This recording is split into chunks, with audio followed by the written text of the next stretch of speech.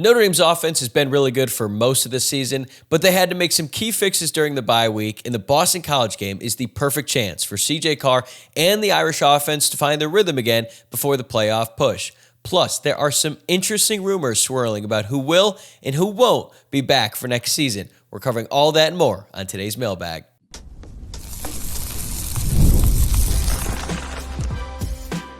You are Locked On Irish, your daily podcast on the Notre Dame Fighting Irish. Part of the Locked On Podcast Network, your team every day. What is up? Welcome in. This is Locked On Irish, your daily home for Notre Dame football. My name is Tyler Wojciak, and I'm the host. I graduated from Notre Dame in 2018. Now I'm a producer at Fox Sports, and I've been covering the Irish since 2020. Happy Halloween, everybody. It is Friday, October 31st, and thanks for kicking off your Halloween weekend by making this your first watch or listen of the day. This episode is brought to you by Mazda. Like our players, we sweat every detail because when you make every move count, pulling off the unexpected is only the beginning. Stay tuned later for highlights in this week's Moving the Game Forward. Mazda, move and be moved. Before we dive in, please subscribe to the YouTube channel or follow wherever you get your podcast. It really helps us out, and I wanted to thank everyone who submitted questions this week. The mailbag keeps growing and growing, and it's just awesome to see so many people interacting with the show, so I really do appreciate it. We're going to cover a bunch of different topics today, from what CJ Carr and the Irish need to prove this weekend against Boston College, to which young players might finally see the field down the stretch, and then we're going to dive into some other roster storylines like what is going on with Jaden Greathouse and his mysterious absence, and we'll wrap it up with some fun hypotheticals, including one wild scenario that imagines Marcus Freeman going with Brian Kelly to LSU in 2021, and Luke Fickell is Notre Dame's head coach. We have a lot to get into, so let's dive right in. Our first question comes from @Jose Lopez. How important is it for CJ Carr and the passing offense to reestablish a dynamic rhythm against this Boston College squad?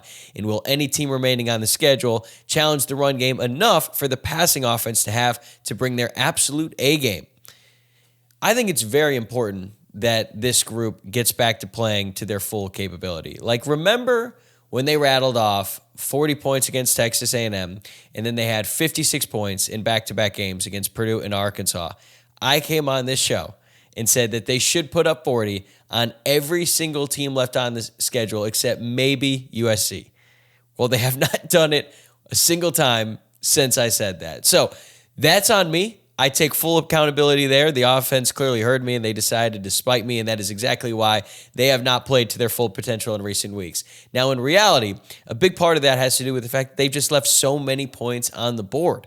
They've been able to move the ball at will against pretty much every team they played except Miami in the season opener, but when they get in these short yardage situations or when they get in the red zone, things just really stall for this group, and that is why they have not been able to get back to putting up 40 points and scoring at will against some of these teams. They had a sloppy game against Boise State. They only finished with 28 points in that one, and then they scored 36, I believe, against NC State, but that's another game where they could have scored 45, maybe even 50 points in that one. And then against USC, I mean, they ran all over them, but CJ Carr had his worst game of the season, and they only scored 27 points on offense because they struggled in the red zone once again. When this offense is clicking, they look like one of the best units in the entire country, and I expect CJ Carr to have a big bounce-back game against Boston College, going against one of the worst pass defenses in the country. I also think they're going to try to stack the box to stop the run, and that's going to leave single coverage on the outside. I think CJ Carr is going to have his way with the Boston College defense. It's going to look a lot like what he did against Arkansas when he had 354 yards. It just felt like everything was so easy for him. So if he can do that against Boston College, this is a get-right game for him and this entire offense. And as for the toughest test left on the schedule, it's definitely Pitt. Navy's coming up next week, and they're going to pose some problems for the Notre Dame defense. But as we saw last year, and really any year that Navy has a good team, like, they might be good on offense, they might be able to throw some different things at you, but Notre Dame should be able to move the ball every single time down the field, and they should be able to put up a bunch of points. It's just going to be a matter of whether that Navy offense is just going to gift wrap the football to the Notre Dame defense 7 times like they did last season. But as for Pitt, that is a hot team right now. They have won 4 in a row since they made the change at quarterback to Mason Heinschel. Although this is not your typical Pitt team, when you think of Pitt football, not just under Pat Narduzzi, but in their entire history. That's a team built on running the ball and playing great defense. They have a really talented running back in Reed, who's been hurt for most of the year, but their defense has actually been an issue they have been able to outscore teams. Like they gave up over 30 points to NC State. So they're not really relying on their defense that much, but still Notre Dame is going to have to bring their A game on offense if they want to run away with that one. And right now, Notre Dame is favored by 10.5 in that look-ahead line, according to FanDuel. So that could be a tough game, especially on the road the week after the Navy game. But if this offense can get right against Boston College, I think they'll be just fine throughout the rest of the regular season. All right, this next one is pretty quick. At R2 Saint 24, what is one prop bet you think will hit in the game on Saturday? The one that I'm most confident in is CJ Carr over 222.5 passing yards. So you can take that, but you're not going to get great value on that one. What you could do is parlay that with Eli Raridan anytime touchdown.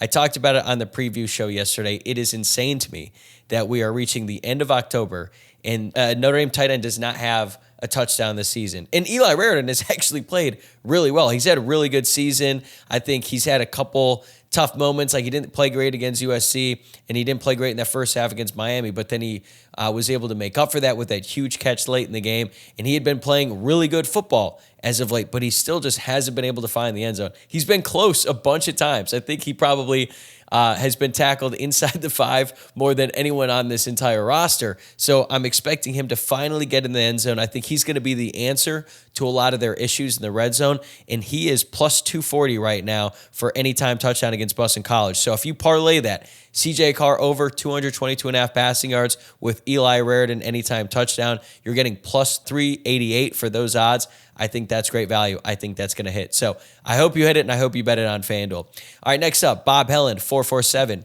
2 mailbag questions, both on Boubacar Traore. Number 1, over under 4 sacks against Boston College. And number 2, will Traore come back next year or go to the NFL? Well, I'm going to say under on the sack count because 4 is a ton. It would actually tie the school record. A few guys have done it. Justin Tuck did it twice. The last time someone did it was Jerry Tillery against Stanford in 2018. However, if Traore does have a huge game like that, it would be particularly meaningful for him because this is a homecoming for him. He went to Catholic Memorial High School nearby Boston, and he was actually committed to Boston College at one point when he was in high school, but he obviously ended up at Notre Dame, and he has been in the midst of a breakout season this year. So I think he's going to have a big game in this one, but 4 sacks, that's probably a bridge too far. Also, he's probably not going to be playing the whole game. If everything works out well and how we expect this game to go, if Notre Dame ends up blowing out Boston College, he should probably be on the bench halfway through the third quarter. So I just don't think he's going to have enough opportunities to get 4 sacks. But, never say never. Now, as for his draft status, I looked it up. Mel Kiper put out his latest NFL draft big board a couple weeks ago, and even though it's not Bible, obviously, I think it does give you a good idea of where things stand with the top prospects in the country. Kiper lists Traore as an outside linebacker. I know he doesn't play linebacker for Notre Dame, but for the NFL draft boards and all that stuff, I kind of get how it makes sense because he's an edge rusher and all of that. But Kiper lists Traore just outside the top 10 in that position group. He's not in the top 10 of edge rushers or outside linebackers. So he's right behind Harold Perkins from LSU. But if Notre Dame keeps winning and they make a run in the playoff, odds are Boubacar is a big reason why. So his stock could soar down the stretch. So as we sit here today, I expect him to be back next season because I also think Notre Dame is going to be willing to pay big time to bring him back because, as I've said before on the show, I think they're going to go all in on 2026 to win a national championship, and that's how Ohio State did it last year. Yeah, they added some key pieces in the transfer portal, but they brought back JT Tuimoloau. They brought back Jack Sawyer, 2 guys who could have gone to the NFL, but they decided to come back. They had unfinished business. They got a big bag to do it, and then they ended up winning the national championship. So I think Notre Dame is going to take a similar approach to next season, and very high on that list of priorities would be bringing back number 5. All right, we've got 2 questions here that are pretty similar. At G. Bellotti asks, with potential garbage time in the next few games, who needs to get game time reps the most? And then this one comes from a new person in the mailbag, at Friars Irish Cubbies 26.2. Over under half second half carries for Jeremiah Love the rest of the way. He says, I said he, it could be a she. I think we're going to see a lot of Aeneas Williams and Nolan James down the stretch. Related question, any freshman you expect to see these last 4 games in the second half who potentially has been sitting to preserve a year of eligibility? Joe Reif is from a nearby high school to me. They say, I went to Fenwick, fire up. So would be excited to see what he's got at edge. Okay, so long question there, but as it pertains to the younger guys who have not been able to get on the field very much this year, Nolan James is a guy who I want to see on Saturday because Nolan James was committed to Boston College throughout most of his recruiting process, but then as soon as Notre Dame got involved late, he ended up decommitting, ended up with the Irish. And even though he's not really done anything for the team this season, I'm telling you, the way that the coaching staff raves about him, I think he has a very bright future ahead at Notre Dame. If he goes out there and gets a touchdown against Boston College, that would be pretty poetic. But I'd also love to see Aeneas Williams get some carries as well. I'm sure it has been a really frustrating season for him when you consider the fact that he was making big plays for the Irish in the playoffs last season. I mean, I was actually watching some of the highlights from those games recently, as one does, especially late at night when you want to just reminisce on how fun that run in the college football playoff was last year. Aeneas Williams is out there a lot. Like, he had a big drive against Indiana at the end of the first half. He's out there making plays. He obviously had that huge catch against Penn State. And then for him to do all that and then not see the field at all this season, it's frustrating for him, but also I get it. Right? Because when you have Jeremiah Love and you have Jadarian Price playing the way that they've been playing, you're going to keep them out on the field.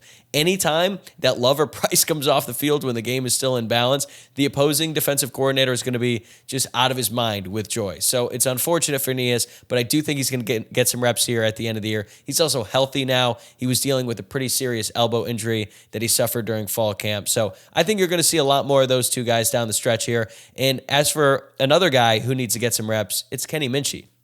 He needs every single rep he can get in garbage time. I also like to see him go out there with the ones when the game is in hand. Notre Dame did that with Steve Angeli last year, where they would take out Riley Leonard, they bring in Steve Angeli, but the rest of the first-team offense would stay out there. And they'd only do it for a drive, maybe two in the game, and then they'd bring in the rest of the backups. And I think those reps in particular are extremely valuable. And it might not seem like a lot in the moment, and you might be questioning, well, why aren't they taking out all the starters? Well, it's to give the backup quarterback an opportunity to run with the first-team offense. So in case anything happens to the starting quarterback, this is not like totally unfamiliar territory. And all those reps ended up mattering a ton in that game against Penn State when Steve Angeli came in a very tough situation because Notre Dame was down 10. They had not been able to move the ball at all. And then Angeli went right down the field, led the Irish to a field goal, arguably saved the game. So Kenny Minchey needs to get a lot of reps here, and he's been good when he's been able to get some action on the field. I'd also like to see tight end James Flanagan get some reps. I predicted he would be the most impactful true freshman. That's not looking great in terms of my preseason predictions. It looks like they're trying to redshirt him, which I'm a little bit surprised by because if he's as good as I think he's going to be and as good as the coaching staff says he can be, he's probably not going to be around for 5 years anyway. But I think he can block really well, and considering Notre Dame has been struggling at tight end because Ty Washington has been hurt and they're trying to get Cooper Flanagan back from injury, I thought James Flanagan would have a real role as a number 2 or a number 3 tight end. It hasn't worked out that way.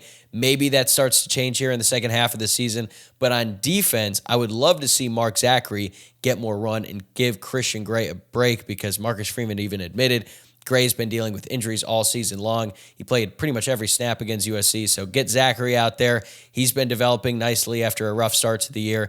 Man Framo at linebacker, he was getting a lot more snaps before the game against USC. He's excelling, and I think Notre Dame is going to need those guys like Zachary, like Framo, maybe even James Flanagan here if they end up making the college football playoff because injuries are going to happen. You're going to have to rely on guys who you didn't rely on a ton earlier in the year, and I think that they could be very impactful at the end of the season if they get some reps over the course of these next few weeks.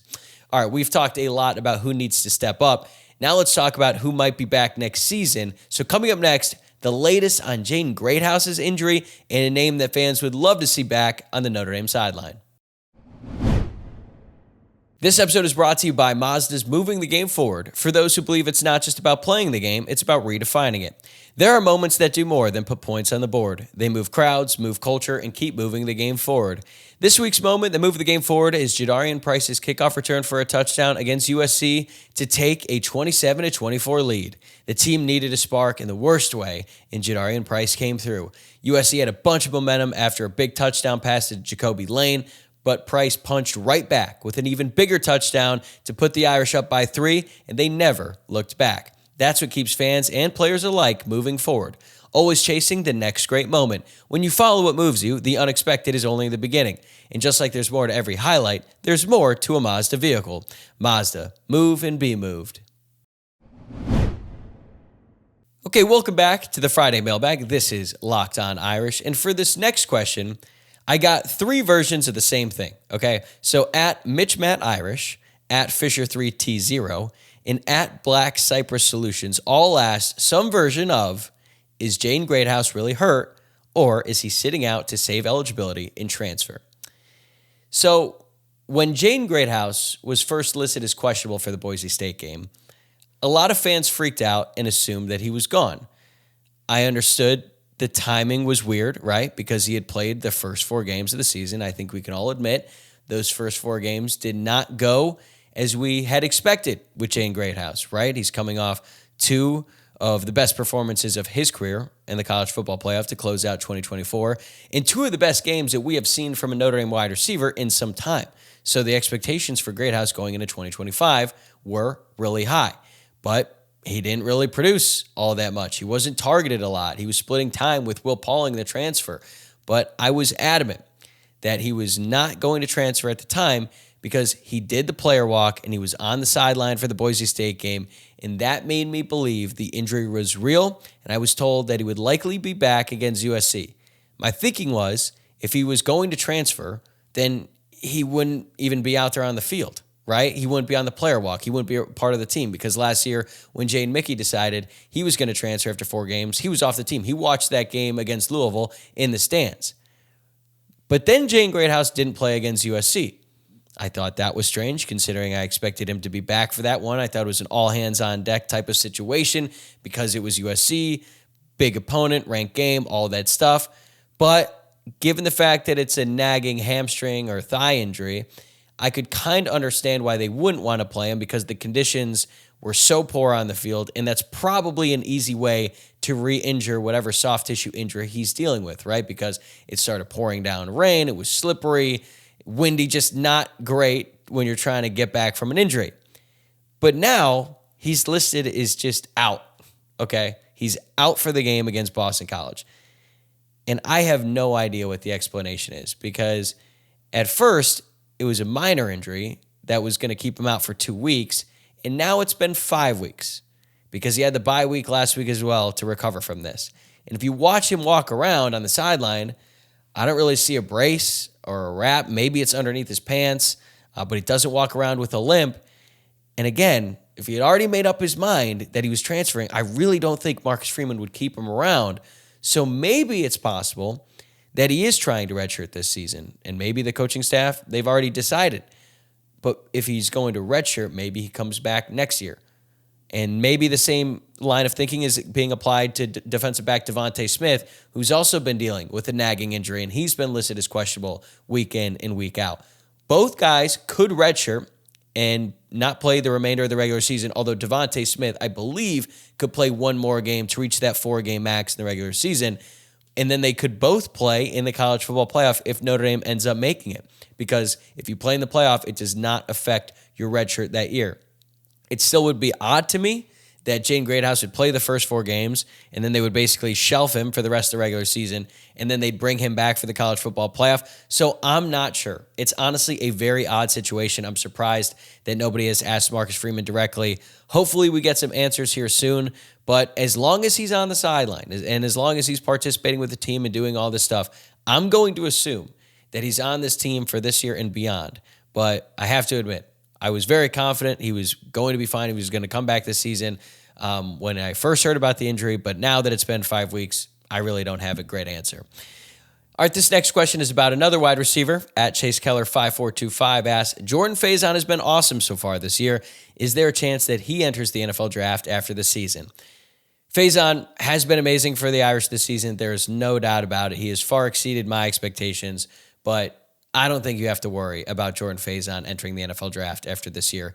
Notre Dame fans know how talented he is, but he's not a huge deal nationally. I'm not seeing him on any NFL draft big boards or anything like that. Most of the people on the outside just recognize him for the fact that he plays 2 sports at Notre Dame.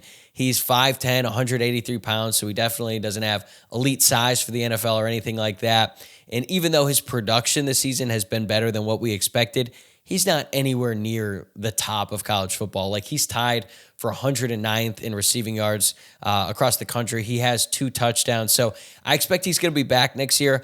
And I don't know this for a fact, but I think it'd be pretty cool for him to play with his brother. And I'm assuming that matters to him, the opportunity to play with his brother, Dylan, who's committed in the class of 2026. It'll only be 1 season, but they could be on the same team. I'm sure that would mean a lot to him and their family. So I fully expect him to be a part of the Notre Dame roster next year. But when it is time for Jordan Faison to go to the NFL, I would put any amount of money that he gets drafted by either the LA Rams, the San Francisco 49ers, the Minnesota Vikings, or anyone else in the Sean McVay, Kyle Shanahan coaching tree, because he is a perfect fit for those offenses. They'll have smart wide receivers who are slippery when they get the ball in their hands, who run great routes, and maybe most of all, block their asses off downfield. And that's exactly what Jordan Faison does for this Notre Dame offense, and I think he's going to be able to do the same once he gets to the NFL. He is exactly what those coaches want, so he does not need to be in any rush to get to the NFL. He's going to get paid next year at Notre Dame, and then I think he's going to go on to have a solid career once he makes it to the league.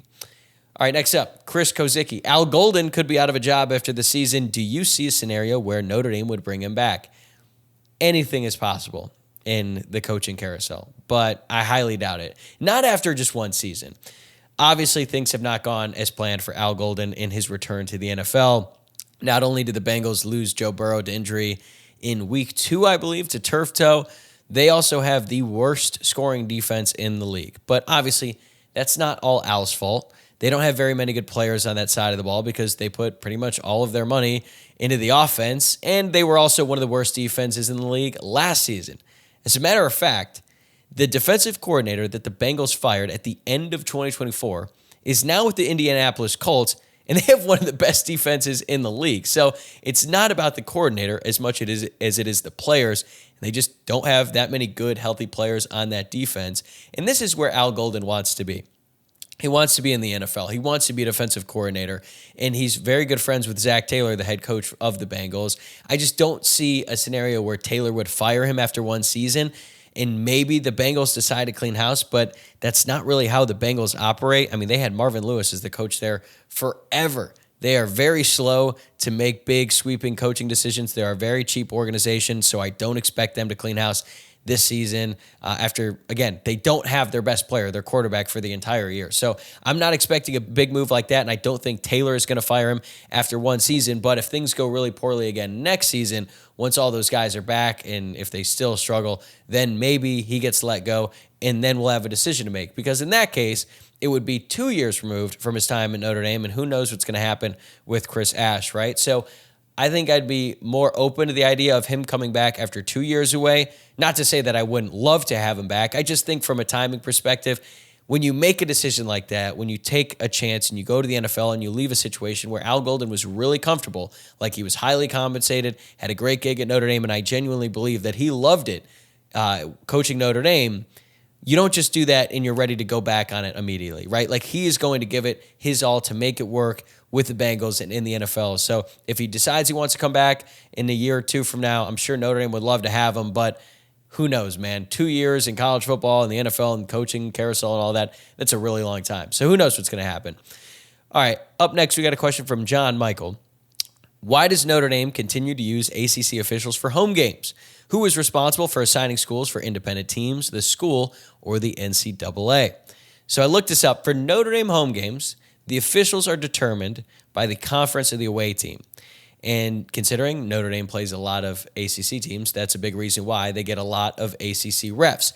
Notre Dame also gets ACC replay officials for all their home games. I believe that was part of their contract agreement with the conference. But that's why when Notre Dame hosted Texas A&M at the beginning of this year, there was an SEC officiating crew for that game.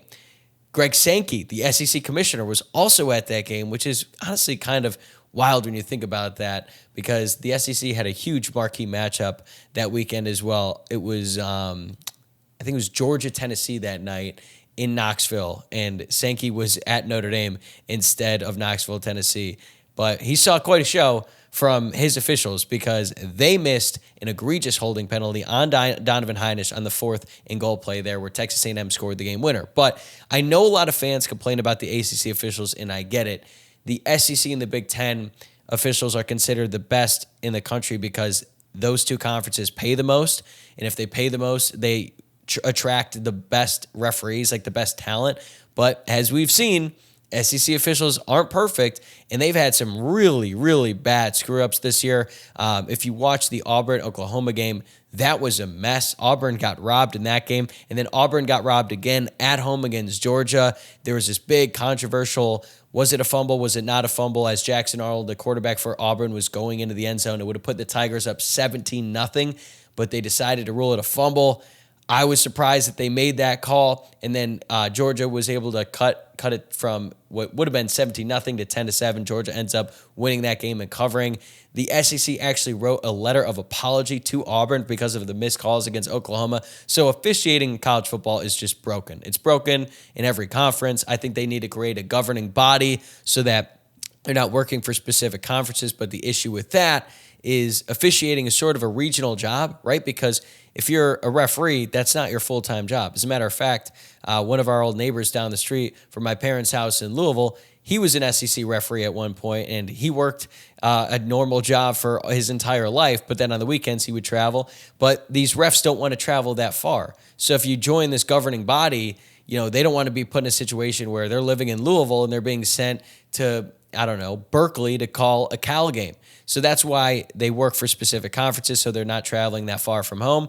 And that's just the way it works. But I do think the NCAA or someone needs to step in and get this right, because officiating this season has been particularly awful, not just for the ACC, but every single major conference. All right, we've covered a lot in today's show already. We still got a few more questions left. Coming up, I'm going to share my favorite of the smaller rivalries and imagine what life would be like if Marcus Freeman had followed Brian Kelly to LSU back in 2021. Stick around. Today's episode is brought to you by DoorDash. It's almost the weekend. It's time to look back and crown this week's MVP on Who Delivered, powered by DoorDash. Just like you can win every Saturday with DoorDash Streaks, saving more every time you order, these players delivered when it mattered most. Let's break it down. So for Notre Dame, Jeremiah Love delivered for the Irish in their win over USC. Love rushed for 228 yards, the most by a Notre Dame running back in the history of Notre Dame Stadium. He set the tone from the jump and never took his foot off the gas. He ran through the Trojan front seven all night long. When the pressure was on, Love came through. No hesitation, no delay.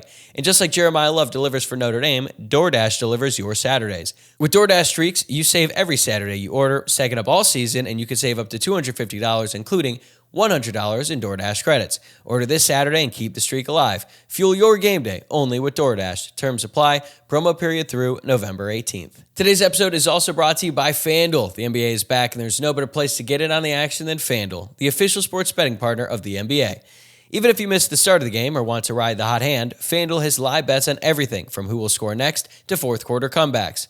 Plus, you can even combine your live bets into a same-game parlay for a shot at a bigger payout. It keeps every game exciting, especially when your team's making that late push. All right, here's my pick for the night. Lakers are getting 5.5 on the road against the Grizzlies. You know what? I'm taking the Lakers. Austin Reeves has been playing out of his mind as of late. Looks like they're going to get Luka back as well, so give me the Lakers plus 5.5. Right now, FanDuel is giving new customers $300 in bonus bets when your first $5 bet wins. So head to FanDuel.com to sign up and play your game with FanDuel, the official sports betting partner of the NBA. Thanks again for joining us here on Locked On Irish. This is the Friday Mailbag, and the next question we have is from Owen's dad, Dylan Volanth. Imagine if Marcus Freeman went to LSU with Brian Kelly in 2021 and Notre Dame had hired Luke Fickell to be the head coach. What did the past few years look like? Man, what a domino effect that could be, right? So from the LSU side, I really don't think it would have made a huge difference for Brian Kelly because Marcus would only have been the defensive coordinator for 1 year, right? He was ready to be a head coach. He had actually interviewed to be the Duke head coach a few days before he was officially offered the job at Notre Dame. So that's where his mind was at. If Brian Kelly had decided to stay at Notre Dame after 2021, I think Marcus Freeman would have been the head coach at Duke. He would have been gone after that season. So given Marcus Freeman's desire to become the head coach, he's going to be at LSU for 1 year, and then he's gone, right? And they were pretty good in 2022 anyway. Like that LSU team beat Alabama with Bryce Young as a starting quarterback for Alabama. Nick Saban was still there. And LSU won the SEC West. They made it to the SEC championship. They got boat raced by Georgia in that game. Jaden Daniels got hurt in that. Garrett Nussmeier had his first real action. So I really don't think that Marcus Freeman being the defensive coordinator that year would have changed a whole lot.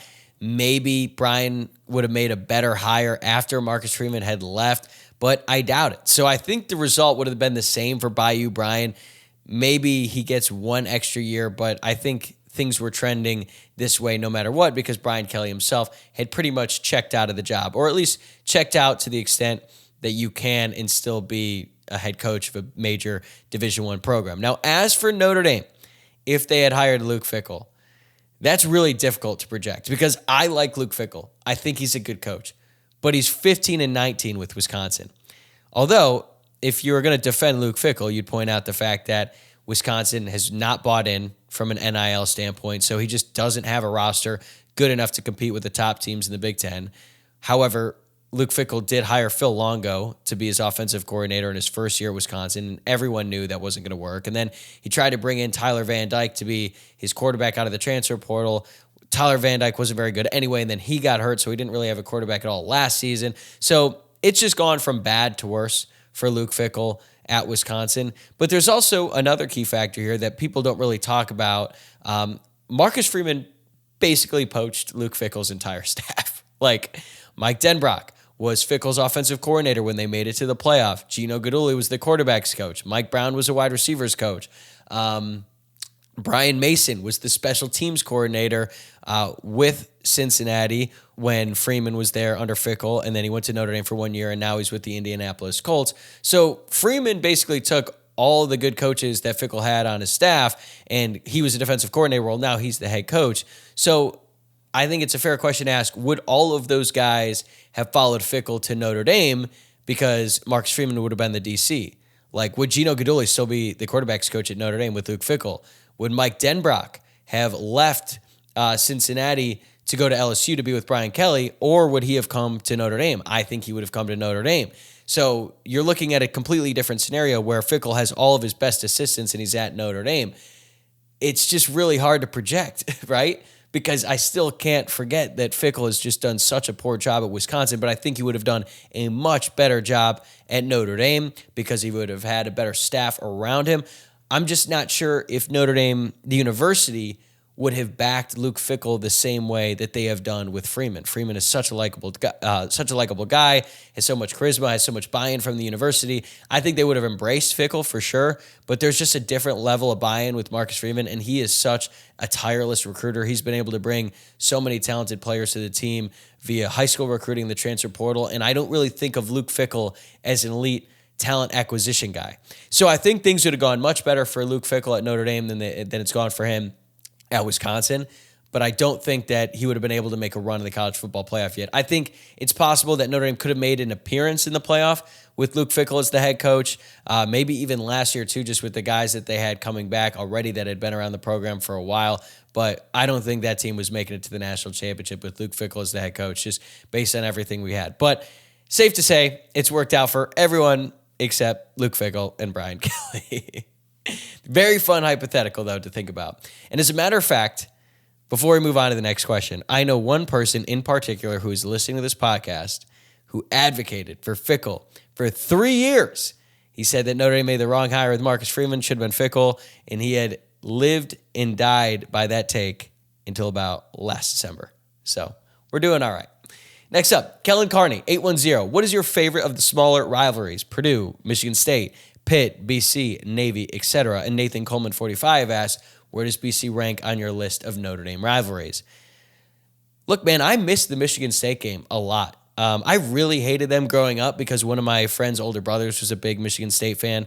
I'm not saying that I hate them more than Michigan or USC. It's not even close. But if we're talking about the smaller rivalries, man, that was a really fun game back in the day. It was a great back-and-forth rivalry throughout the years. It featured a lot of great games.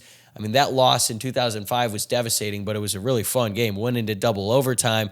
And then you have Notre Dame's revenge game the following year after Michigan State had tried to plant their flag in the 50, but since Notre Dame does not have a logo, or they did not have a logo at midfield, I think they planted the flag at the 35-yard line. And then in 2006, Notre Dame is coming in after just getting stomped by Michigan the week before. They were reeling a little bit. They were down big in the first half. The rain was coming down, and then Brady Quinn, Jeff Samardzija ignite this huge comeback that was capped off by an interception return for a touchdown by Trail Lambert. Like, that game was iconic. I still remember it to this day. They played some good games in 2009 and 2010. And then when Notre Dame beat Michigan State on the road in 2012, that was a huge win at the time. Michigan State was top 10 in the country, and that's when you started to realize that, hey, that 2012 Notre Dame team was legit. But the last time Notre Dame and Michigan State squared off was in 2017. That was my senior year. We drove up for that game. Worst stadium I've ever been to, but it was close to South Bend, so that was convenient. As a matter of fact, I drove with Luke Smith in his old Jaguar and my buddy Charlie Wooding, who's honestly been a big feature of this mailbag today. And I'll never forget, we drove to Michigan State. It was like low 90s. And Luke's car, it didn't like stay shut. So I think we had to hold it to the door the whole time. And also his AC didn't work. So we had all the windows down driving on the highway. And it was so hot in East Lansing, and none of the houses or frat houses had AC because it never gets that hot. So it was just a scorcher. But Notre Dame ended up just dominating that game. Julian Love had a pick six, and that was the last time those two teams played. So I'd love to see that game come back. As a matter of fact, it is coming back next year. So pumped about that. And then after that, I mean, I don't really have a super strong connection to any of the other games. But I guess if I had to rank them, I'd go Boston College, then Purdue, just because the history there. Pitt, I guess, and then a very wide gap, and then there's Navy, because I just don't like the Navy series, and I'm sure we're going to talk about that next week, so we'll save it for then. Last question on today's show, Big Nate, 027, what moment from the season thus far are you looking forward to watching on the Here Come the Irish documentary? Great question. There's a few things that stand out. Number one, Marcus Freeman's reaction to CJ Carr's first touchdown pass against Miami when he was running around like crazy and it looked like the play was screwed, and then he throws that no-look touchdown pass. I'm sure that part of Marcus was really relieved, right, that play didn't end up in disaster like it ended up being when he tried to do the same thing against USC. But also, there was a lot of pressure on CJ Carr to work out and a lot of pressure on Marcus Freeman to have made the right decision about the starting quarterback when you consider just how tight that quarterback battle was during fall camp. He went with his gut. He picked CJ Carr, and I'm sure that he felt vindicated when CJ Carr went out there and made that spectacular play in that moment. On another note, I would like to see the conversation between Marcus Freeman and Chris Ash after Purdue scored going into halftime.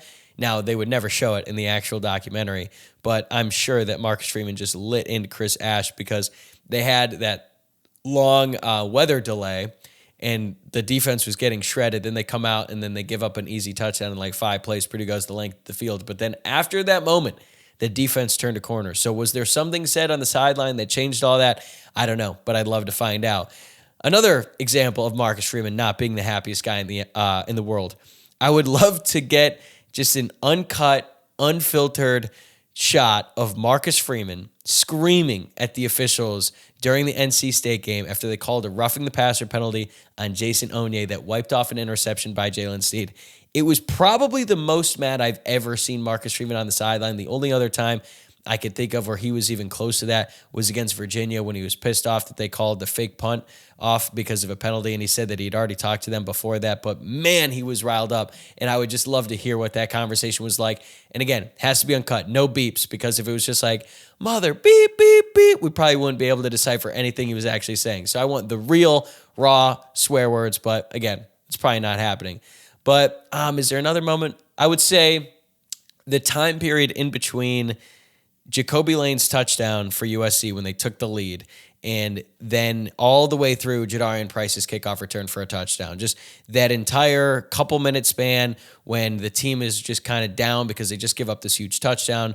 The weather really starts to become a factor, and then Jadarian Price returns it for a touchdown, and then all of a sudden Notre Dame is back out in front. They have all the momentum. Like, what was that emotional swing like on the sideline? Very cool moment. I'm sure that there's going to be a lot more cool moments the rest of the season. I'm very excited about this documentary to come out. I wish they did an episode every week. That's what Oregon does on YouTube. It's really cool. I have watched a lot of them, even though I'm not even an Oregon fan. I just think they do a really good job. I'm sure that NBC and Peacock would love to release a new episode every week, but it was probably a Freeman call or Notre Dame football as a whole. I don't know, but it's going to be an awesome documentary. Can't wait to watch it. But that is going to do it for today's mailbag. Thanks again for making this your first watch or listen of the day and for tuning into the show all week long. Before you leave and get a head start on your weekend, please take a second to make sure that you are subscribed to the YouTube channel or wherever you're listening to the podcast. If you're not, smash that subscribe button on your preferred platform. And if you enjoyed today's show, like the video or rate the podcast 5 stars and maybe even leave a nice review. Okay, so here is the plan for the weekend. We have a special bonus episode coming your way tomorrow morning on Saturday before the game. I did a crossover pod with AJ Black, who works for 24/7 Sports, and he's the host of Locked On Boston College. That will be live in your feed tomorrow morning to get you ready for the game. Then I'm going to be back later in the day for a post-game reaction show after the game. So we have got plenty of great stuff coming your way on game day. Until then, I hope you have a great Halloween night. Enjoy the game tomorrow, and go Irish.